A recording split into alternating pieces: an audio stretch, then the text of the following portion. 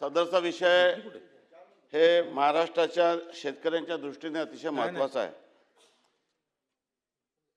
आपल्या धोरणामध्ये असं आहे की उभ्या पिकाला नुकसान भरपाई आणि शेतीमध्ये उभं पीक असेल त्याचं नुकसान झालं तर आपण भरपाई देतो, परंतु कापलेल्या पिकाला मात्र नुकसान भरपाई नाही आहे।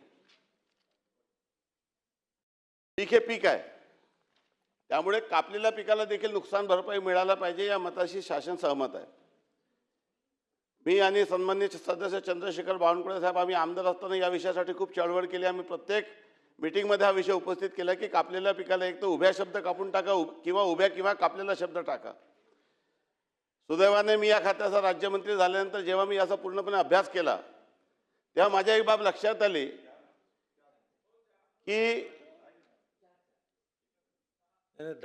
केंद्र सरकारने जे नैसर्गिक आपत्ती जाहीर केली होती त्यामध्ये आग आहे आणि राज्य सरकारने स्टेट डिझास्टर डिक्लेअरमध्ये देखील आकस्मिक आग आहे, परंतु या आगीची व्याख्या मात्र निर्धारित केली नाही।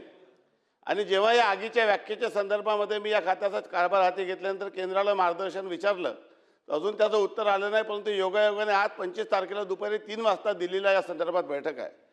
शासन याबाबत 100% सहमत आहे की शेतकऱ्यांचं पिकाचं नुकसान आहे त्याला मदत दिली गेली पाहिजे आणि केंद्र सरकारच्या नैसर्गिक आपत्तीमध्ये आगीचा समावेश आहे आणि राज्याच्या नैसर्गिक आपत्तीमध्ये देखील आकस्मिक आगीचा समावेश आहे।